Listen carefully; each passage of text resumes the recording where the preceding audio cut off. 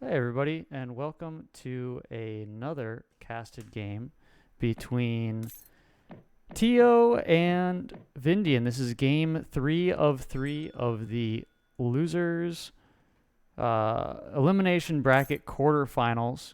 Uh, some very competitive games going into games one, or in both games 1 and 2. USA winning for Tyo in game 1, Hausa winning in game 2 for Vindian, and now we are on the rubber match on Colorado. Sweden going back to his main. Sweden and Vindian going with new Lakota. Lakota receiving a patch in the middle of this tournament, and obviously there's a lot of strats to be new strats to be taken from these from this patch. Pete, I'm joined with Platypus Slayer. Talk to Hey. me about this new Lakota patch. So, as a longtime sufferer of bow rider-itis, I must say that this is a very interesting patch. They've done a lot of tweaking and moving around, and even some brand new cards. They've tried to make it a little bit more culturally appropriate. And on top of it, they've tried to give Lakota more options in the 1v1 situation. Lakota does now get a lot more infantry options, and their economies can kind of rechange. Something that you'll note is he'll probably put down a market. They now get enough to put down a TP, a market, and get hunting dogs right off the bat. TPs now stack all gathering in their radius by about 12.5%, and they start off, Lakota starts off with a 10% hunting bonus. So that's, I'm not great at math, but something like a 30 something percent hunting bonus, within the first 2 minutes of the game. On top of getting hunting dogs and the TP, that is uh, quite the bonus. So you should expect Lakota nowadays to be aging up very soon, as we do see that market coming up. Hunting dogs, and another thing that you didn't mention, they lost a Vil in Age 1, and they no longer have Age 2 Vils. But with that hunting bonus, I'm not sure it matters. Speaking of that 3 villager shipment, we're going to take a look at the deck for the Lakota player as we follow his explorer around. FI. So we would expect to see a fast industrial then. Oh, and he's got the card. The now forbidden card. If you look there in the center. Or no, he doesn't. Nope. Okay, I was talking Uh, about the seven warrior ways or whatever. 7 Council Fires, I think the name is called. That card has been banned from this tournament due to it being exorbitantly higher value than any other Age 4 card you could possibly imagine besides factories. And Um, even then, arguably, the factories you have to know, be up for a long time to match the res that you get from that card. yes. Uh, Uh, and this was just by choice again. We're not a super competitive server. We're all kind of, average to above average Elo players, and we just don't want the game devolving into Lakota FIs everywhere. So uh, aging with that's the why the call was made. Unanimously, I should add. I don't think anyone contested it. aging with the chief. I'm not super familiar with Lakota. Do you know off the top of your head what the chief gets them? Or it might hover. Well, let's see. The chief. And Tio Is, going up with the governor. I don't know off the top of my head either. I guess Pro casting. Pro casting. professional streamcast channel thing here. Like and subscribe. Tio going up with the governor as we take a look at his deck land. This is the same deck that we saw in the last game. So expect pretty much the same strategy, would be my guess. Early Fusilier raids, a very forward outpost, and just trying to pick off as many villagers as Tio possibly can. What does Lakota do against the Fusiliers? Uh, I Bow riders, suppose maybe? I suppose you could do bow riders. You could also do Seaton Bowman, because Hmm. Seaton Bowman got a buff. That's right. in this most recent patch, another TP. You know, and that's one thing to note about Lakota in this new patch is Lakota is now a map control civ. They want to take as much of the map as they possibly can and spread their TPs out everywhere because the TPs give pretty much every bonus known to man. Correct. These They days. are incredible, to say the least. They give, and I'm going to miss a few here. They give attack speed. They give movement speed. They get, obviously, the gather rate increase that you had mentioned earlier. And as we do see this outpost going forward, so same strat appears to be employed from the Sweden player. But there's so many things that the Lakota players get from these TPs that they want to just take as much control as they can. On top of the aura that they get from Mr. Two Moons here, which is movement speed buff to all units on top of the TP movement speed. But you know, something to think about, if you're trying to FI, you do not want to be disrupted. And those Fusiliers, unfortunately, decided to hoof it. did not decide to stop at their outpost and instead decided to stop at the town center and say hi to the local villager population before going on their raids. Maybe get a little bit of morale boost. All right, maybe asking for directions. Colorado is a bit far from Sweden, so let's give it a go. It's the 1800s. They can't just Google. Yeah, Google doesn't. It won't be existed for another couple hundred years. So, yeah, that's really unfortunate for Tyo. So the rush is going to come in a little bit later. That's just a treasure that we're seeing here.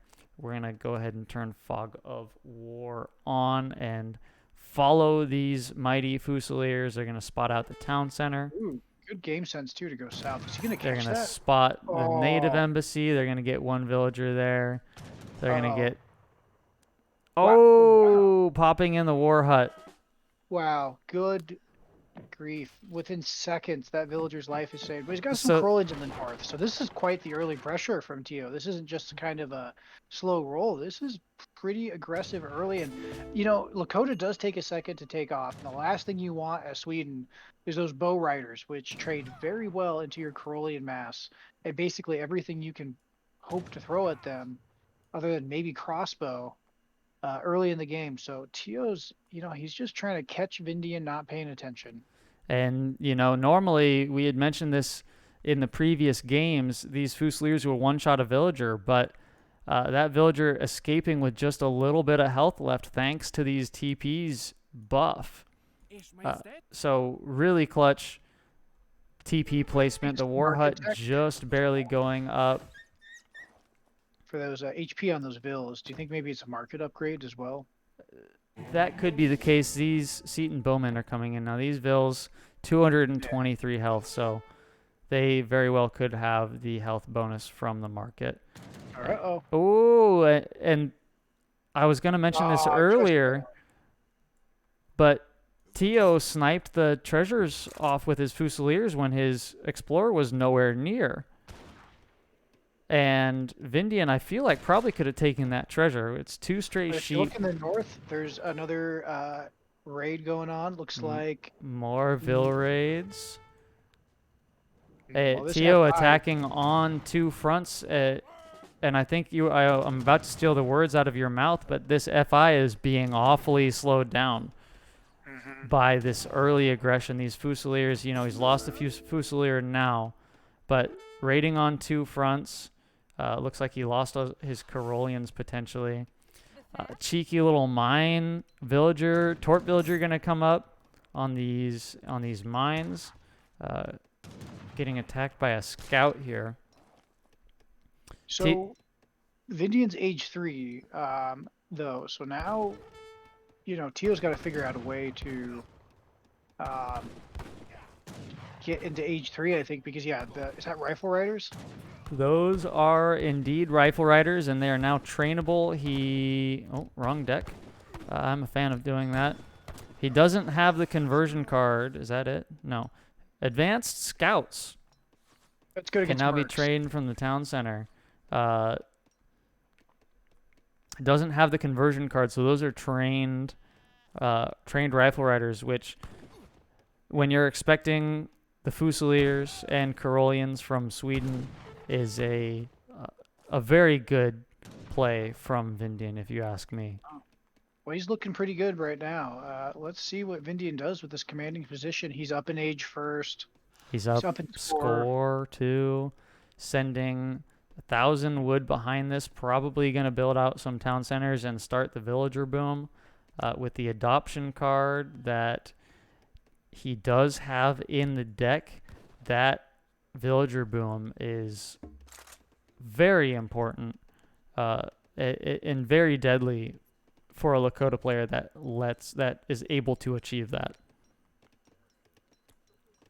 We'll hop over to Tyo real quick, who has built 12 torps and has not been under the same kind of pressure that he was against the Hausa game, or in the Hausa game last game. He is going to probably lose a villager or two from these rifle riders.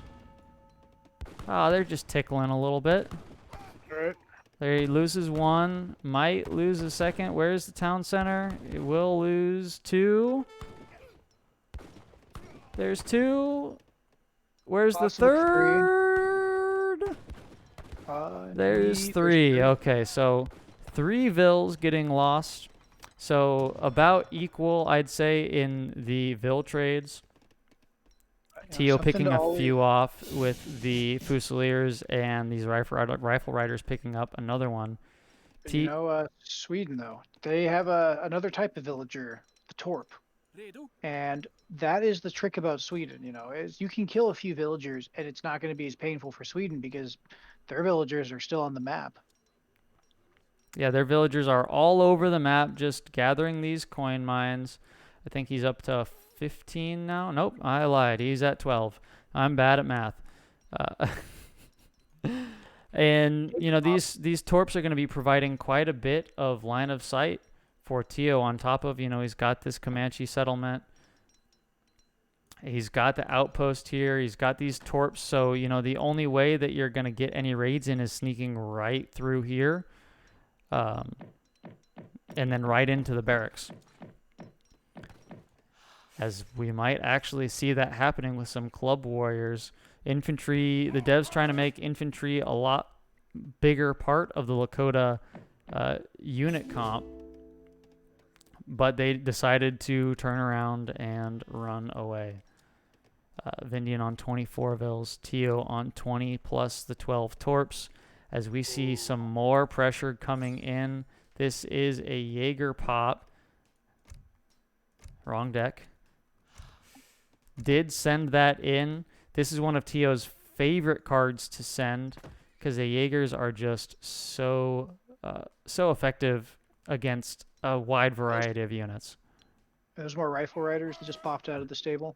Those are bow riders. So the infamous bow rider-itis may be coming to infect Tyo here. We'll see. We'll hop back over to his perspective. He is training, to chunky prowlers. So going in stealth, could see some stealth raids from the chunky prowler. I can't talk either. What a cast, Platt. I can't talk. What is going on with me? I don't know. Well, we've casted 3 games. This is our 3rd game in a row, so. I have run out of water, so that is not in my favor. That's okay, though. Speaking of favor, what does Vindian do from here? I mean, he's had a commanding lead, but, is he still going for the FI? He's making units. The Prowlers are going to prowl. He's got the Scouts. He's got Scouts that he's training from his town center. He sent the Advanced Scouts card. These Scouts are going to be very good against these Jaegers, which I'm not even sure that Vindian has seen. But, having these Tashunki and Scouts in stealth, he's probably, I'd imagine, wants to go for some raids here. Would he not? Surround. No. What he wants to do is bring him into the base with the TP bonus, right? Get a surround. Get those Advanced Scouts onto the Jaegers and just slaughter. everything that he can. The trick is, can he pull it off, right? Because those scouts are still going to die to most normal infantry. They're like spies. Very weak versus anything that's not a merc or a hero. So we'll see. But, you know, Vindian's got to kind of big brain this. And it looks like Tio's just kind of like, you know, I'm Sweden. You're contained. I'm fine. I don't want to knock on your door. These club warriors finally coming to go annoy Tio and siege some torps down. Tio's going to respond to this. He's going to pull his entire military. Actually, that's a lie. He pulled his military to the trading post and is going to take these 5 Corollians to try and take care of these club warriors. In the middle, though, I know he's trying to be sneaky, but guess what? There's an explorer back for Sweden. So he's going to see any sort of sneak attacks coming from a distance, and that is, you know, might ruin the element of surprise because he really needs this around on Jaegers to make use of those scouts. And the Tashunki are probably about to get just revealed here in a second. Yep, there they go. Yep. Tashunki are revealed. These scouts are hanging out behind Seaton Bowman. I mean, he's got the unit comp. He's got bow riders. He's got rifle riders that will deal. You know, the bow riders will go down to the Jaegers, but the rifle riders. His stuff's out of range. He's still trying to stealth. It's slowing down his cav mass. And now he's got units trickling in. I mean, yeah, he punched some of the Jaegers, but I don't know if that was enough. It was a great idea, but well, yeah, those Sweden units, they're fully there, so maybe this is working really good for Vindian. The bow riders and the rifle riders seem to be doing their job very well. You've got the remaining club warriors coming in to try and deal with the Sweden mass. Fairly even trade, it would appear here. I will say that Tio has taken the lead when it comes to score. He's kept it for a while now. He's kept it. He's up 2K, and you know, I'm not sure who won that engagement, Platt. It seemed about like an even trade to me. We talked about how Lakota wants to expand, but Lakota's kind of sitting at home. So unless they plan on going, and look at those res, that's a low. Shipping, he's got everybody chopping wood and shipping 1,000 food. Let's take a look at this deck again, because now I'm confused. 1,000 food, 1,000 wood, Kina rifles, counting coop. I mean, the deck screams fast industrial, but why do you need 1,000 food and your macro is entirely for wood? Is he wanting to train nothing but these scouts cost 90 wood, so that appear to be what he's massing or macroing for is nothing but scouts.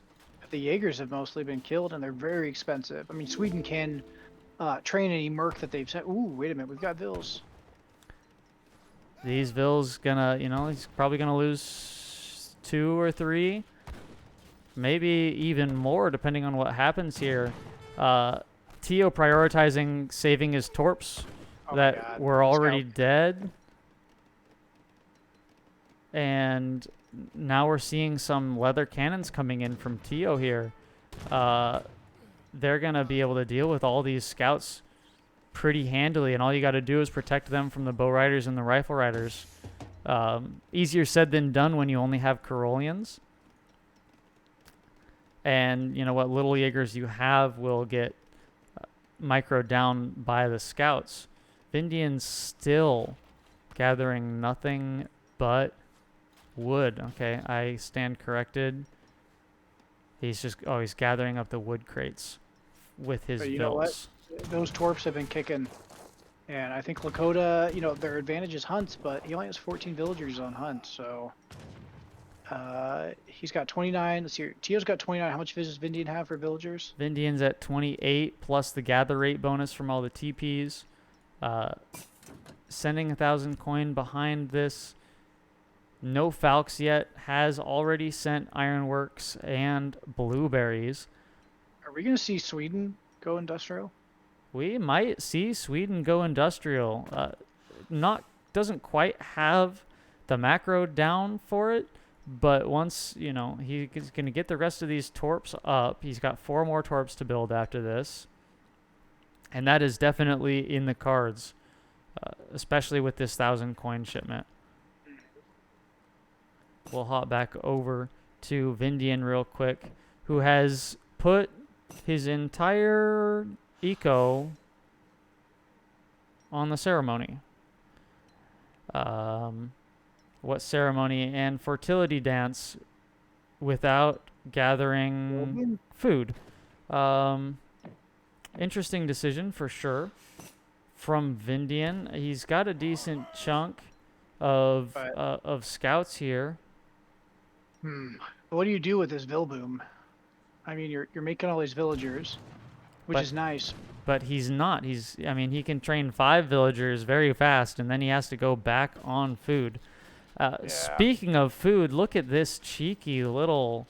This is something that Vindian sees too. There's some, a decent chunk of vills here, just gathering food. This is Vindian's hunt. And Tyo says, no, thank you. I want it. Right? That probably is some interesting herding from the new AI. Well, I guess it's not new. That's just my conspiracy theory. That they just changed some of the herd stuff. Or either that or I'm just getting bad. Both, well, the latter most likely. But, oof. Well, we've got all these... What does Tyo do? I mean, Vindian's army's kind of like a paper tiger. It's big in numbers, but those Karolians and Jaegers are going to toast them. Yeah, I mean, you're not going to lose. You're going to lose 1 villager, and then Vindian gets pushed off because the mass shows up. These scouts have 15 siege. It's not the greatest, but they've got numbers. We're going to pop back over to Tyo. Going to be down to 13, 12, 11, 10 torps if all of these torps go down. And we might see H4. He's got the macro for it. Instead opting to train villagers. That's probably the best. What's Vindian doing now? Is he still trying to settler boom off nothing? He's still trying to settler boom off nothing. He's getting XP trickle, so he's shipping something. XP, he's shipping Great Hunter. So he's going to get 12.5% of all his food back instantly in just about 2 seconds here. So looks like about 666 food deposited that he's going to train rifle riders with instead of villagers. Swapping over to the siege dance, which is another, has also been hit by the... I won't call it a nerf bat, but in this instance, it is a nerf bat. The siege damage gets reduced on new patch. Vindian's making a decent push here. Is he going to spot these villagers? He's not going to spot these villagers. Is this push going to be enough? We see a pretty solid unit comp and size mass from Tyo. This might be a trap. I mean, if he gets wiped, I don't know how he gets back in this game. Oh, the Hackapelts are going to shred those scouts. Hackapelts in melee are some of the strongest in terms of damage output, heavy cav in the game. Oh, here we go. Here's the big fight. His Explorer goes down. Dang, he was probably trying to snipe those cannons. Those cannons do not go down. Tyo, man, he's got crisp micro, and it's paying off right now. All the units that Vindian needed on the units did not get there. All of the units that, Tyo wanted to get on, he got, so... And we see a little bit of a flank, rifle rider flank. He's going to pick off 1 of the leather cannons, but rifles with this, are heavy cav, right? They are heavy cav, but they do trade. They do trade decently with Karolians. It's unfortunate, but GG Vindian calling it their 21-minute, 6-second game. Tyo's Sweden outbooms Lakota. Some interesting decisions by the Lakota player, especially when it came to his choice to gather wood and put all his vills on the ceremony. Platt. Yeah, I think Lakota got a little bit unfocused there. And, all the native civs tend to be a little bit harder than a Euro civ to kind of, less forgiving. This is a brand new civ, so you can't really fault Vindian because the rework was so comprehensive. Um, they, I don't know what he could have done for it. Honestly, because the civ is so new, I don't know what else to say other than I think there was an overinvestment in the scouts. I think he was trying to be a little too sneaky, like it slowed down his cav mass in that fight, kind of to the south of his base around that TP. And I think that ended up ultimately costing him, but it was a good game. He had some good fights, and Tyo, he knows his Sweden. He was calm. He remasked and he swung ahead commandingly. And in the end, there, his micro really just put the nail in the coffin. And I think he really showed why he is going to advance to the next round. Yeah. And then obviously, we can talk about the villager raids, how uh, how just providing, he didn't really pick off a lot of villagers as they're almost lockstep going into, up to 6 minutes into the game. You only get the one villager, but the early pressure from the Sweden player from Tio, locking Vindian out of this hunt that ended up moving down here, but just sitting Carolians up here and preventing Vindian from accessing that hunt, forcing him to go into the middle of the map. You know, uh, Completely taking this FI strategy and nullifying it with early pressure. I think so. And I think you saw like FIs are very tricky to pull off. They are becoming more common, but nonetheless, it requires clean execution and no serious pressure from your opponent. And if you get knocked down, you can fall apart quickly. And I think, Vindian didn't fall apart, but he didn't get to go to his Civ's win condition. Tio kept the tort boom chugging along. He was able to remass. And I think ultimately he took initiative, and that's what gave him an advantage throughout the rest of the game. Yeah, it will scroll through here. What I'm going to look for resources gathered, and you can see exactly the tort boom kicking off here. Again, I think a lot of this might have to do with questionable decisions on the Lakota player, because Lakota's boom is very powerful, but there's a noticeable drop off right about 10 minutes. And if we go back to military unit population, um, well, my theory has just been shattered. I thought there was a big engagement that happened there. Um,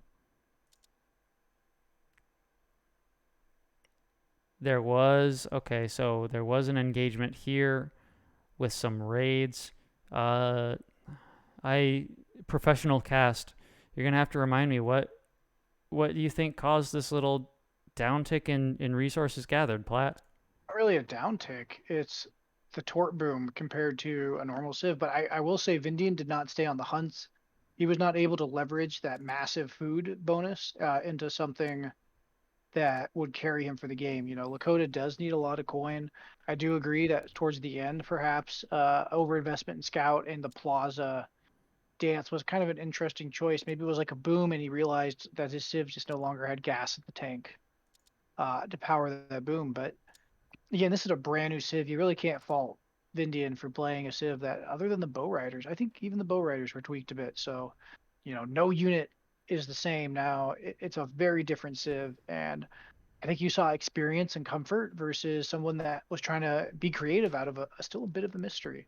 So there's the answer to the question. Right about at this point, Vindian perhaps succumbing to the pressure of being in a game three. He's got, probably on average 10 villagers idle over this entire 12, over this entire, 4 minute span. And that's a lot of villager seconds. And that is something that you just cannot spare when you are up against an auto gather civ. But anyways, thank you guys for watching. If you got to this point in the video, appreciate a like and subscribe. let us know what your favorite point in the game was from this cast in the comments down below. And Tyo moves on to the losers, the elimination bracket semifinals against either LFS or Prez, and that series it might be live now as of this video being up, or it might not. I'm not quite sure. Anyways, it comes when it comes. It comes when it comes. You'll see it when you see it, and we'll see it when we see it. And we hope to see you in the next video. Thank you all very much, and peace out.